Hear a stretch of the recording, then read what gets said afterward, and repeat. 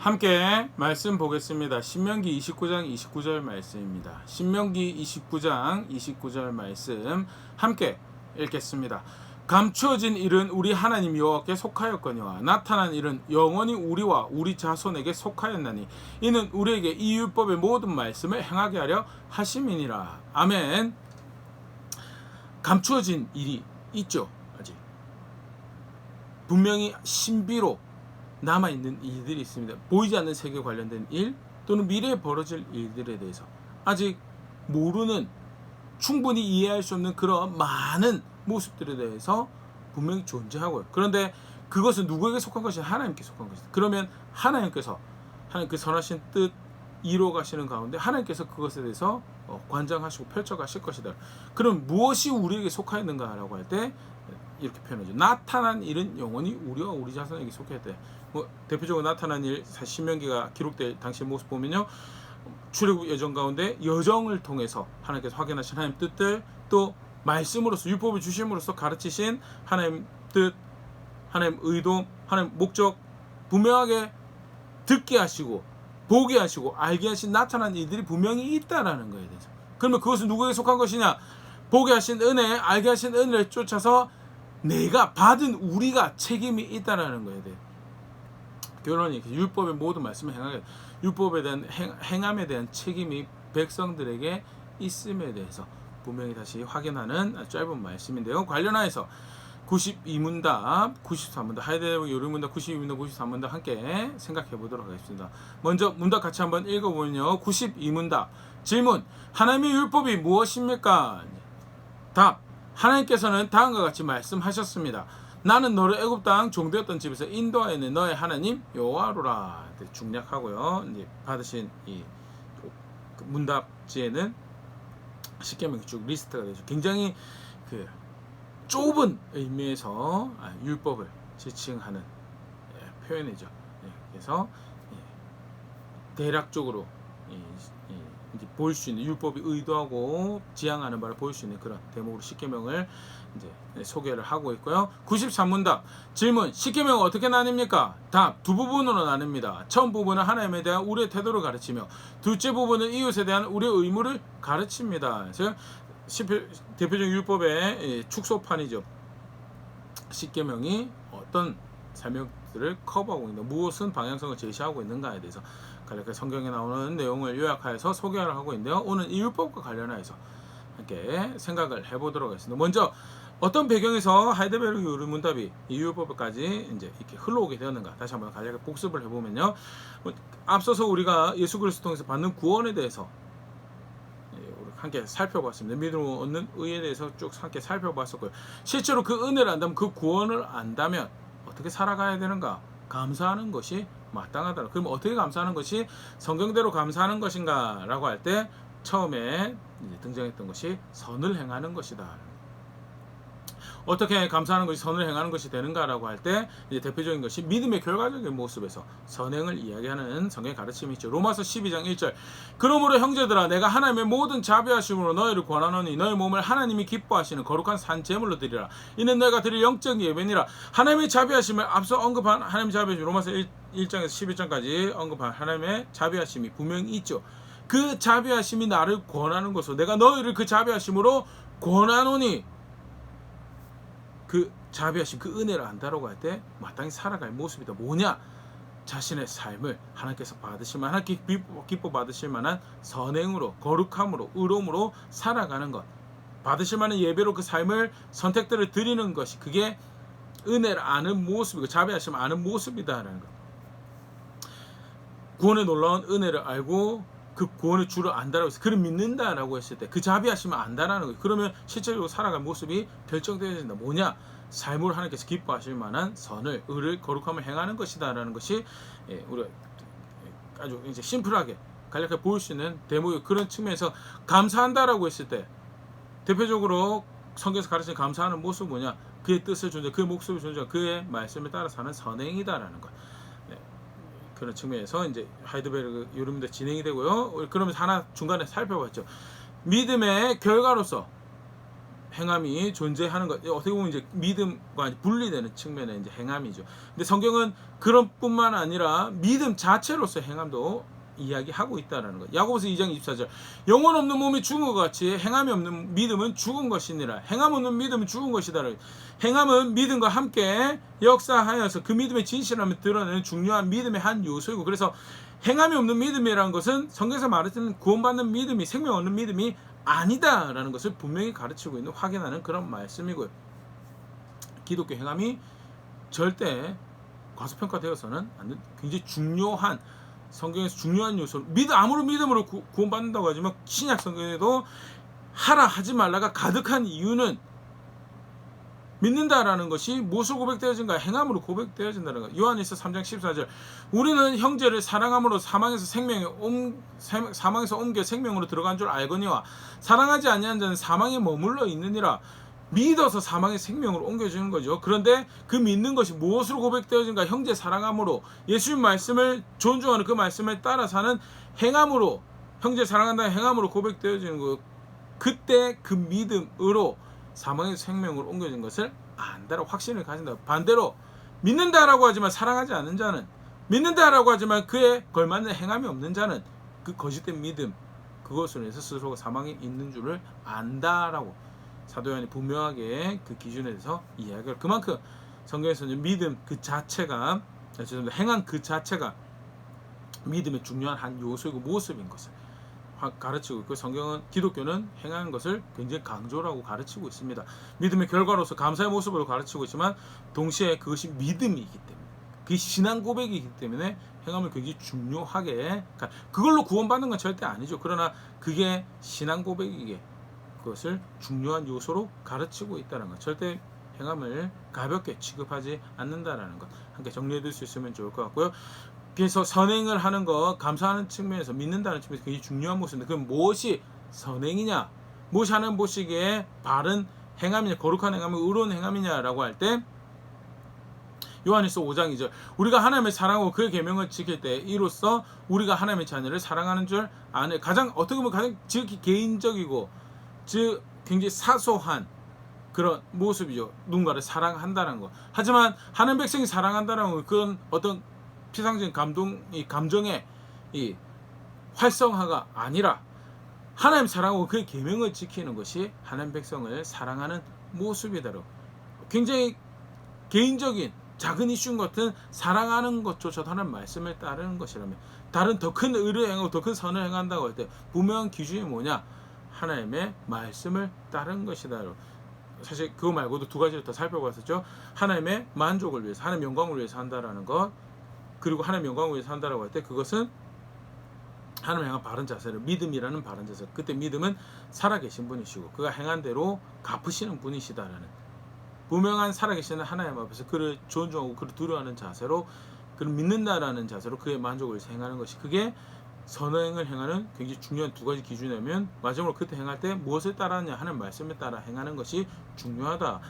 그러면 그 말씀에 따라라고 할 때 그 말씀에 의미하는 바 율법이라는 것이 무엇인가에 대해서 이제 질문이 던져지는 것이고요. 오늘 거기에 대한 해답으로 92문단, 93문단에서 간략한 이제 아웃라인을 소개를 하는데요. 계속 우리가 살펴보면요, 성경에서 율법이라고 할 때 가장 먼저 우리 정말 좁은 의미에서 십계명이라는 것을 율법으로 살펴봤죠. 실제로 사실은 십계명이 의미하는 바가 모세 오경 안에서 쫙 펼쳐서 구체적인 삶의 아주 밀접한 모습을 쭉 가르쳐주고 있는데요.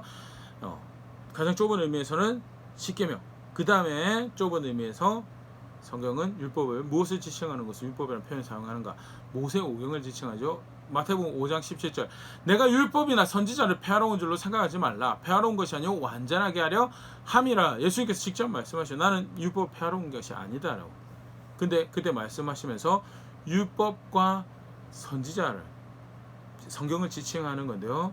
선지자는 모세 오경을 제외한 나머지 성경의 영역들을 의미하는 거고요. 율법은 모세 오경을 지칭하는 것에서 성경에서 율법이라는 단어를 모세 오경을 지칭할 때 사용하더라. 사도행전 13장 15절. 율법과 선지자의 글을 읽은 후에 회당장들이 사람을 보내어 물어 이르되 형제들아, 만일 백성을 권할 말이 있거든 말하라 하니, 비시디아 안디옥에 1차 전도 여행 여정에서 바울이 도착했을 때 회당에 이제 들리게 되고요. 그때 성경을 읽은 거죠. 율법과 선지자의 글을 읽었다고 하는데 예수님과 동일한 표현이고요. 선지자는 모세오경을 제외한 나머지 부분들을, 율법은 모세오경을 지칭하는 것을, 성경에서 율법이라는 단어를 그렇게 사용하고 있다라는 것 보일 수 있으면 좋을 것 같고요. 가장 좁게는 십계명, 그 다음에 좁게는 모세오경을 지칭하는 것으로, 세 번째 이제 그 다음에 좀 넓은 것은요, 구약성경 전체를 율법이라 칭하더라. 갈라디아서 4장 4절 5절, 때가 참에 하나님이 그 아들을 보내사 여자에게서 나게 하시고 율법 아래 나게 하신 것을, 율법 아래 있는 자들을 속량하시고 우리로 아들의 명분을 얻게 하려 하심이라. 예수님을 보내실 때 예수님을 율법 아래 나게, 옛 언약의 법 아래에서 나게 하셨다. 실제로 예수님은 옛 언약의 완성이자 성취로 또 새 언약의 출발로 그렇게 오셨고요. 옛 언약의 율법 아래에서 나셨죠. 그래서 옛 언약의 법 아래에 죄인이라고 규정되는 자들을 속량하시기 위해서 오셨다라는 것. 그래서 율법이라고 할 때 구약 성경 전체를 지칭하는 표현으로도 사용한다 하더라라는 것. 가장 넓은 의미로 율법이라는 단어를 사용하는 예를 성경에서 보면요, 야고보서 1장 23절 25절, 누구든지 말씀을 듣고 행하지 아니하면 그는 거울로 자기 생긴 얼굴을 보는 사람과 같아서 그 자신을 보고 가서 그 모습이 어떠한 것을 곧 잊어버리거니와, 자유롭게 하는 온전한 율법을 들여다보고 있는 자는 듣고 잊어버린 자가 아니요 실천하는 자니 이 사람은 그 행하는 일에 복을 받으려. 듣고 행하지 아니하는 것과 율법을 들여다보고 있다라는 것을 비교를 하죠. 쉽게 말해서 여기서 율법은요, 모세오경보다는 훨씬 큰 의미고요, 구약성경 전체보다도 훨씬 큰 의미인 신약교회 이야기하면서 모든 주어진 하나님 말씀을 지칭하는 표현으로 보는 것이 가장 매끄러운 표현이고, 하나님 말씀을 듣고 행하지 아니하는 것은 잊어버린 자인데, 하나님 말씀을 행하는 자는 자유롭게 하는 온전한 율법을 들여다보고 있는 것이다 라고 이야기하는 거고요. 행함이 얼마나 중요한지에 대해서 강조를 하고 있는 또 다른 가르침인데요. 그때 율법에 대해서 어떤 의미로 사용하고 있는가, 모든 하나님 말씀 지칭하는 표현을 사용하더라는 비슷한 표현을 하나 보일 수 있는 게 또 시편 19편 7절에서 8절입니다. 여호와의 율법은 완전한 영혼을 소성시키며 여호와의 증거는 확실하여 우둔한 자를 지혜롭게 하며 여호와의 교훈은 정직하여 마음을 기쁘게 하고 여호와의 계명은 순결하여 눈을 밝게 하시도다. 여호와의 율법은 영혼을 소성시키며 여호와의 증거는 사실 어떻게 보면 율법, 증거, 교훈, 계명 각양 다른 하는 말씀에 어떤 뭐가 율법이고 뭐가 증거고 뭐가 교훈이고 뭐가 계명을 이야기하는 것인가 분석을 해야 될 것 같지만, 사실 시편, 시적인 표현으로 지칭하는 것은 동일한 거죠. 하나님 말씀, 하나님 말씀은 완전한 영혼을 소성시키고, 하나님 말씀은 확실하게 우둔한 자를 지혜롭게, 하나님 말씀은 정직하게 마음을 기쁘게, 하나님 말씀은 순결한 눈을 밝게 하시도다라면서요, 하나님 말씀 지칭한 각각 다른 내 이름을 사용하고 있는, 그때 율법도 전체 하나님 말씀을 지칭하는 한 표현으로 사용되어지더라라는 것, 잘 볼 수 있으면 좋을 것 같고요. 그래서 본문에서 율법을 어떤 표현으로 사용하고 있는가에 대해서 단순히 율법이라고 했기 때문에 모든 하는 법을 폐했다. 사실 이제 갈라디아서 같은 경우나 에베소 같은 경우에 이제 율법에 대한 그런 표현, 율법의 법조문으로 쓰여진 것을 폐하고 율법을 폐하고 이런 표현들이 사용하는 것에 대해서, 그래서 모든 하나님 법이 폐해지고 예수 믿는 걸로만 구원받는다라고 극단적으로 해석을 해버리는 경우가 있는데요. 사실은 성경을 읽고 해석한다라고 하지만 의도하는 것과 다른 정의를 가지고 이해를 한 거죠.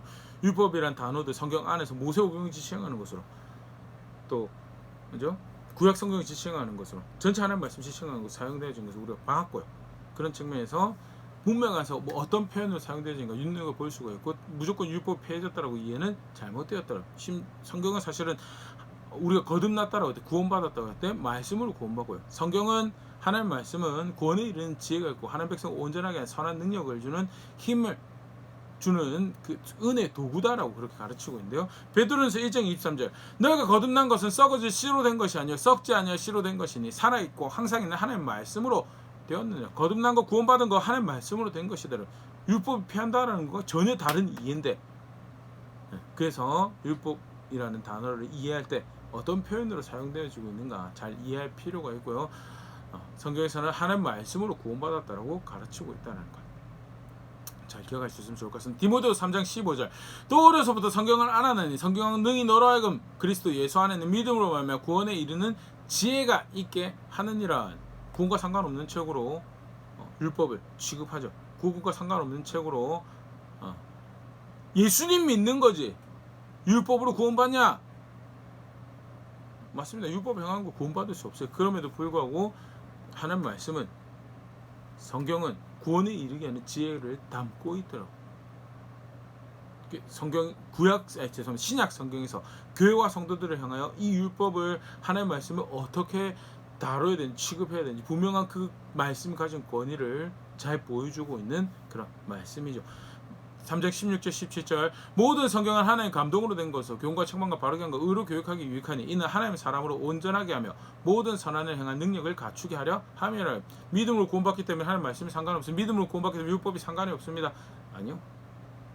무엇이 거룩한 건지 무엇이 의인지 무엇이 선인지 그것을 분명 확실하게 가르치고 교육할 수 있는 그런 책이며 도구이며 나아가서 이는 하나님의 사람이 온전하게 되어지고 선한 일을 행한 능력을 갖추는데 그 일을 주신 하나님의 은혜의 도구다라는 것. 그래서 율법이란 단어 관련해서 이렇게 잘 정리할 수 있으면 좋을 것 같고요. 하나님 말씀은 하나님 말씀이다라는 것. 계속해서 우리 살펴보겠습니다. 그런데 아까도 잠깐 언급했던 것처럼 갈라디아서 에베소서 보면 폐하해졌다라는 말이 있는데 그럼 그것은 무엇을 의미하는 건가라고 할 때 우리가 율법에 이제 법이 이제 하나님 말씀 법이 이제 쭉 이제 존재를 하죠. 근데 그 종류를 이제 조금 분류를 해서 이해할 필요가 있습니다. 학자들이 크게 이야기할 때 보통은 도덕법, 의식법, 이제 제사법, 그다음에 시민법을 이야기를 하는데요. 도덕법은 보편적 인생이 인류가 존재할 때 반드시 지켜져야 되고 존중되어야 될 하나님의 법이죠. 뭐 자연법이라고도 이야기를 하기도 하는데요. 사람이 존재하는 한 그 관계에서 벌어지는 일 가운데 하나님하고 관계에서도 그렇고 사람과 사람 관계도 그렇고 마땅히 행해야 돼. 대표적인 게 살인하지 말라, 간음하지 말라, 도둑질하지 말라 이런 것들 도덕법에 해당. 의식법, 양, 비둘기, 동물의 피로 더 이상 구원받는 거 아니죠. 그런 측면에서 폐하해야 돼. 골로새 2장 16절 17절 그러므로 먹고 마시는 것과 절기나 초하루나 안식일을 이유로 누구든지 너희를 비판하지 못하게 하라. 이것들은 장래일의 그림자이나 몸은 그리스도의 것이니라면서 의식법, 제의적인 법, 예수 그리스도 안에서 성취된 예수 그리스도가 유일한 속죄고 의롭게 함을 받는 유일한 방편으로 우리에게 주어진 구원의 하나님이다라는 그런 측면에서 구의 모든 의식법 예수 안에서 성취가 되어졌죠. 나아가서 시민법, 좀 전에 우리가 읽었던 절기 같은 것들, 대표적인 그 문화 안에서 그 배경 안에서 주어진 규칙들, 그 예수님을 지칭하고 뭐 유월절, 오순절, 장막절, 구원의 하나님을 지칭하고 안식을 주신 하나님을 지칭하고 이런 모습에서 예수 그리스도 안에서 분명히 성취가 되어진 모습이 경건의 유익을 위해서 우리가 절기를 본 백성들이 누렸던 그런 유사한 형태로 경건의 유익을 위해서 사용합니다. 그럼에도 불구하고 구약에 있는 것을 그대로 가져와 쓰지 않죠. 예수 그리스도 안에서 이해되어지고 예수 그리스도 안에서 새로운 의미가 부여되어지기도 하고요. 그렇게 해서 사용되어진다는. 그래서 의식법과 시민법 같은 경우에는 예수 그리스도 성취된 것을 다르게 표현하면 이제 더 이상 효력이 없는 것으로 그렇게 이해를 하는데요. 도덕법 같은 경우에는 아직도 예수 그리스도 안에서 거룩한 것을, 선한 것을, 의로운 것을 행한다라고 할 때 분명한 기준으로 우리에게 주어진 은혜의 선물이다는 것. 로마서 13장 9절 10절 간음하지 말라, 살인하지 말라, 도둑질하지 말라, 탐내지 말라 한 것과 그 외에 다른 계명이 있을지라도 내 이웃을 내 자신과 같이 사랑하라 하신 그 말씀 가운데 다 들었느니라. 사랑은 이웃에게 악을 행하지 아니하나니 그러므로 사랑은 율법의 완성이니라. 이 말씀을 읽을 때 간혹 그렇게 이해하는 경우도 있습니다. 사랑하면 그 모든 율법이 다 완성된 거다라고. 아니요. 그 모든 율법은 이웃 사랑하라는 것에 담겨 있는 것이다. 그럼 쉽게 말해서 예수님이 의도하신 이웃 사랑하는 것을 바르게 한다는 것은 살인하지 않는 것이고 간음하지 않는 것이 도둑질하지 않는 것이다. 그런 의미로 이야기를 하고 있는. 그래서 10절에 그걸 다시 설명해. 사랑은 예수님께서 말씀하신 사랑하라는 것은 이웃에게 악을 행하지 않는 방법이 뭔데? 내 맘대로 이건 악인 것 같은데 이건 선인 것 같은데 결정해가지고 살아가. 아니요. 하나님 말씀에서 악이라고 한 것이 악이 되는 거예요. 하나님 말씀에서 선이라고 하는 것은. 그런 측면에서 도덕법은 여전히 사람이 존재하고 살아가는 측면에서 하나님 계시고 사람과 사람과의 관계 가운데 살아간다라고 할 때 반드시 지켜져야 될 바른 모습, 그걸 도덕법이라고 하고요. 로마서죠. 신약 성경이지만 분명히 그것이 여전히 하나님 백성의 효력을 가지고 있는 것임이 이야기되어지고 있다는 것도 같이 정리를 잘 해놓을 수 있으면 좋을 것 같습니다. 그래서 율법, 성취된 법, 또 계속해서 효력을 가지고 존중을 지켜야 될 법, 이렇게 같이 정리를 할 수 있으면 좋을 것 같고, 그러면 율법이 규정하는 바, 영역들이 어떻게 되는가? 간략하게 아까 하이드베르그 유르민답에서 봤지만요. 마태복음 22장 36절에서 40절, 선생님, 율법 중에서 어느 계명이 크니까? 예수께서 이르시되 너의 마음을 다하고 목숨을 다하고 뜻을 다하여 주 너의 하나님을 사랑하라 하셨으니 이것이 크고 첫째 되는 계명이요 두째도 그와 같으니 내 이웃을 내 자신과 같이 사랑하라 하셨으니 이 두 계명이 온 율법과 선지자의 강령이니라. 예수님께 어느 율법이 중요합니까? 라고 물어봅니다. 그럴싸하고 괜찮은 질문일 것 같다고 생각이 되지만 사실은 예수님 공경에 빠뜨리려. 물론 그 당시에 임의로 더 중한 법, 덜 중한 법 나름의 기준을 가지고 이야기를 했다라고 하지만 사실은 모든 하나님 말씀이 중요하죠. 그런 측면에서 뭐가 더 중요하다, 뭐가 덜 중요하다고 이야기할 때 논쟁이 발생할 수 있고 예수님을 흠잡고 침몰시킬 수 있는 그런 아주 못된 질문이죠. 질문을 한 상황에서 예수님께서 의문현답이라고 하죠. 어리석은 질문에 바른 답을 주십니다. 하나님 말씀이 지향하는 바는, 모든 하나님 말씀이 지향하는 바는 두 가지인데 그것은 하나님 사랑하는 거고 이웃 사랑하는 거더라. 그래서 결론은 이 두 계명이 온 율법과 선지자의 강의, 모든 하나님 말씀이 의도하고 의미하는 바가 뭐냐? 하나님 사랑하고 이웃 사랑하는 거다라는 것. 할 말이 없죠.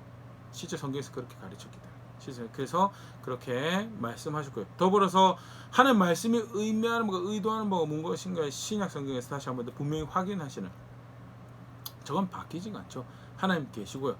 사람이 사람 사이에 살아가는 동안에 하나님 백성으로서 예수 그리스도의 사람을 살아간다고 할 때 하나님 의도하신 대로, 하나님 기뻐하시는 대로 하나님을 섬기고 사람들을 섬기는 삶을 살아가는 것, 그게 율법이 커버하고 있는, 하나님께서 가르친 하나님 말씀이 커버하는 영역이고, 우리 자칫 하나님 말씀 율법이라고 할 때 신학적인 거, 하나님이 대상으로 하는 것, 신학기, 사실 그런 의미의 신학이 아니죠.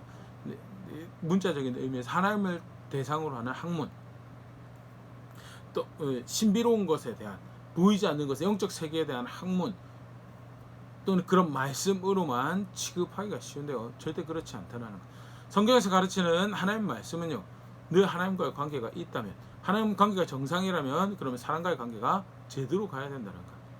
신앙은 그것이 분리가 되어지지 않고, 하나님 말씀, 하나님 목적, 하나님 의도는 그것이 분리가 되지 않는다. 하나님 바르게 섬긴다라고 하면서, 하나님과 동행한다라고 하면서 사람과의 관계에 자기가 살아가는 사회에 무리를 일으키고 정의롭지 않고 오히려 피해를 입히고 슬픔을 자아내고 악을 자아내는 것, 절대 그거는 하나님께서 기뻐하시는 신앙의 하나님 말씀 따라 사는 모습이 절대 아니다라는 거. 여러 말씀 사실 살펴볼 수 있지만요, 시편 24편 3절 6절, 여호와의 산에 오를 자가 누구며 그의 거룩한 곳에 설 자가 누구인가? 거룩하신 그 하나님과 함께하는 것, 그의 은총은 누구, 그의 나라에 그와 함께하는 삶이 무엇인가?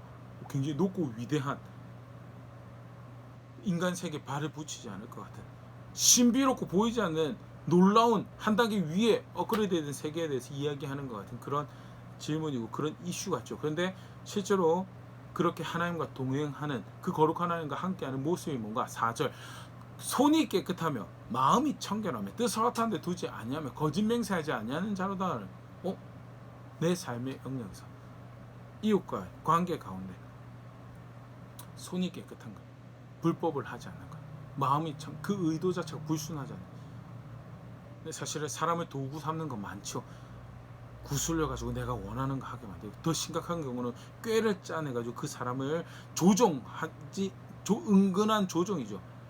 조종을 해서 내가 의도한 것을 하게 만드는, 마음이 청결하지 않는 모습이죠. 손이 깨끗하고 마음이 청결하고 뜻을 허탄한데 그 삶의 방향이 거짓이 없는, 그것이 하나님과 함께하는 모습, 거룩한 곳에 설 모습이다. 높고 위대한 이슈라서 전혀 인간 세상과는 다른 이야기를 할 것 같은데, 기독교의 성경에서 가르치고 있는 하나님 말씀은요, 그 율법은 거룩한 곳에 서는 것과 이웃에서 거룩한 것을 살아가는 것과 분리가 안 되는 별개의 것이, 분리하면 어떻게 되냐, 병든 신앙 되는, 이사야 시대 그렇고 예레미야 시대, 바리새인 시대 그렇고, 도대체 교회사에 정말 걸음 그런 흔적들이 절대 분리가 되지 않는다라는 거예요. 하나님 존중한다고, 하나님 사랑한다고 그러면 이웃 사랑하는 것이, 하나님 사랑한다고 하면 공의를 행하는, 하나님 사랑한다고 하면 정의를 행하는 것이, 함께 공존하는 것이 기독교 신앙, 그게 하나님 말씀이 의미하는 거고 지시하는 거고 이끌어가는 방향이다라는 거예요. 그래서 예수님께서 말씀하실 때 하나님 사랑하라, 이웃 사랑하라, 이 두 계명이 온 율법과 선지자, 온 하나님의 말씀에서 의도하시는, 명령하시는 바다라고 이야기하시는 거예요. 율법을 규정하는 바에 대해서 간략하게 정리를 해두시면 좋을 것 같고요. 오늘은 관련해서 그 부분 함께 생각해 볼 수 있으면 좋을 것 같습니다. 영적인 구하는 거, 위의 것을 구하는 거 좋죠. 하나님 인도하심 따른다라고 하는 거 좋죠. 근데 구체적인 실제적인 모습이 뭐냐?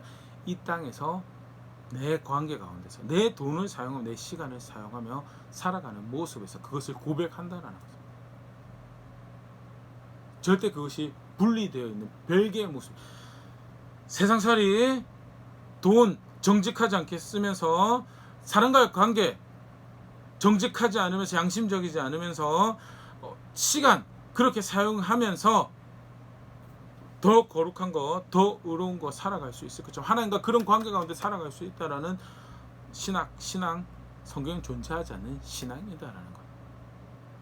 하나님 말씀을 따라서 하나님 감사한다고 살아갈 때, 그 은혜를 알고 그 구원의 줄을 안다라고 그 말씀에 따라 살아간다라고 할 때 그 모습은요, 실제 내 관계 안에서 드러나고 내 삶의 현상에서 드러나고, 그 삶의 현상에서 절제하고 참고 인내하고 내 욕심을 죽여가는 실제적인 고백들이 뭐냐? 영원한 하나님을 섬기는 고백들이 된다라는 것. 나는 어떤 삶을, 어떤 신앙을 고백하고 있는가? 다시 말씀하면서 다시 한번 이렇게 점검해보고 돌아볼 수 있으면 좋을 것 같고, 가르치신 대로 말씀에서 규정하신 대로 하나하나 걸어가며 배워가며 영원하신 하나님을 나의 하나님하고 그가 나를 위해서 주시겠다는 영원한 나라가 내가 거할 본향인 것을, 나의 유업인 것을 압니다라는 고백들을 실제로 만들어가는 자리에 있는 우리가 될 수 있으면 좋을 것 같습니다.